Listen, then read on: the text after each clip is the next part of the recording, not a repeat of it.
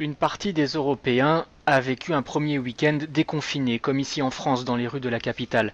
Un véritable bol d'air attendu depuis des semaines, pourtant c'est une liberté toute relative.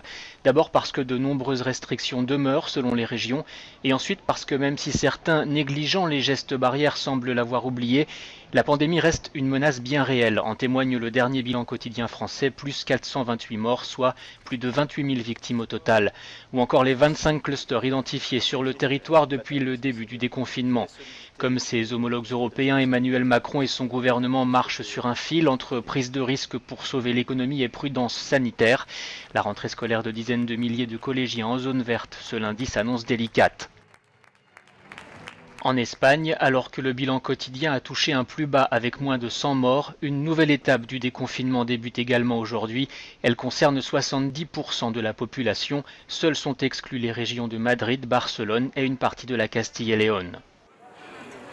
Le gouvernement de Pedro Sánchez prévoit d'échelonner le déconfinement jusqu'à fin juin. Et pour se prémunir contre une tant redoutée nouvelle vague, il envisage de renforcer le caractère obligatoire de l'usage du masque. Les Italiens aussi progressent lentement vers un retour à une nouvelle normalité. C'est aujourd'hui que doivent rouvrir une grande partie des bars, restaurants, petits et grands commerces.